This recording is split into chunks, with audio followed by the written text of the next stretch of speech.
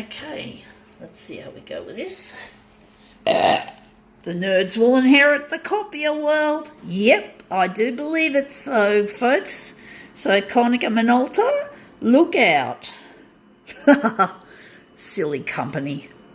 Anyway, this is going to be an interesting one if we can make it look good. Let's see if we can make this look really nice. I think we're going to copy it in positive, and we're just going to give it maybe a background colour to make it a bit more jazzy.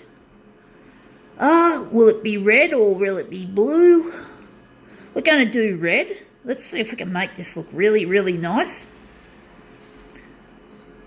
Actually, we're not making a negative image, so I'm thinking we're going to go here. So brightness should disappear with when I add the contrast. When I play with the contrast, that disappears. I'm wondering what sort of hue we're going to get. A warmer one. So this is going to be a little bit challenging, I think, but maybe I'll be pleasantly surprised. So let's see how we go with this piece of shit by Konica Minolta. Okay. Let's see how we do with this KM. I'm pretty sure I flashed my badges, but you can always just see what this machine is. I obviously don't think sometimes when I flash the badges, but we got here a Moccona instant coffee label that I tore off the bottle. It looks really nice. So we're just going to put it on the glass like so and then move it around and see if we can make this really nice. I really enjoy drinking coffee. Coffee is something I just love to drink, like a lot of people. And one day, when I become a CEO of future photocopier company, one of the departments I'll create is a photocopy bureau or photocopy shop, and it's going to have coffee. It's got to have coffee, but that looks interesting. I think that looks really coffee. That looks more coffee than the packaging. So I'm thinking, I don't like the red for some reason. It's wishy-washy. I'm wondering where the centre of this job's going to be. Looks like it's going to be in the middle. I'm wondering if we're going to do another one or not. I'm just going to try and see if we can just do a better version of that. But that was not a bad start. So now I'm just going to grab the paper and move it a bit quicker. I think we're going to get rid of some of the density. It's too heavy, but at least it looks like coffee. It looks more like coffee than the original. So we're just going to try and... Oh, fuck. I'm going to just pull that one up. I'm going to pull it up because I'm not happy with the background colour. So we're just going to go and hit the stop key, and we're just going to get rid of the background colour, which is the red, because it's wishy-washy. I don't want that, sorry. That wasn't the fault of Konica Minolta this time. That was me. You saw me press that button.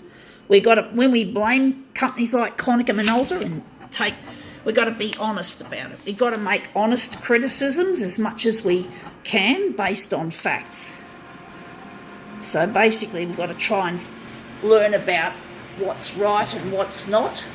Some things will always be a bit of a speculation, however, and then we hope that other people can answer my questions if in the event of speculation. Now that looks interesting.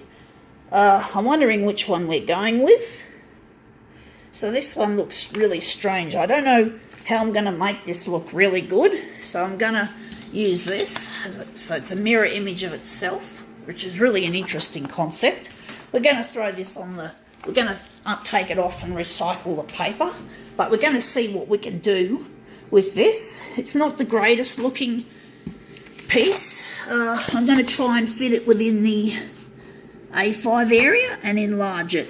So I'm going to enlarge it from A5 to A4. So we're just going to overlap the edges again like we do to get rid of any horrible borders. So we're just going to make that look good.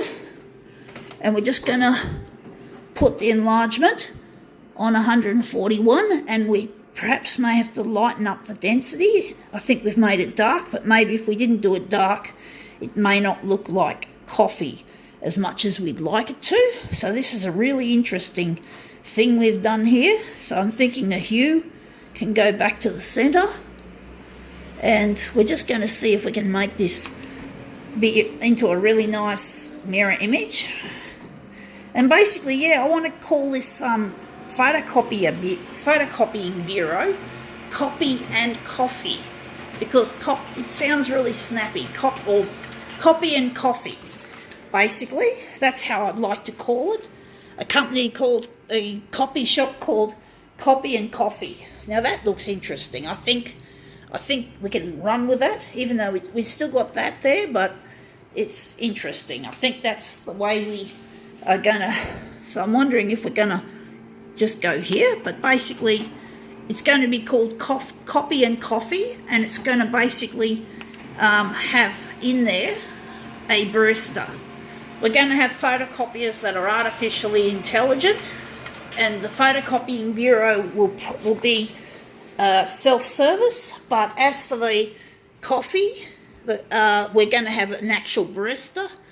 Photocopying is one area where automation can be really useful, and it shouldn't be too bad in the sense that of jobs, but because there'll still be people needed to build these photocopiers.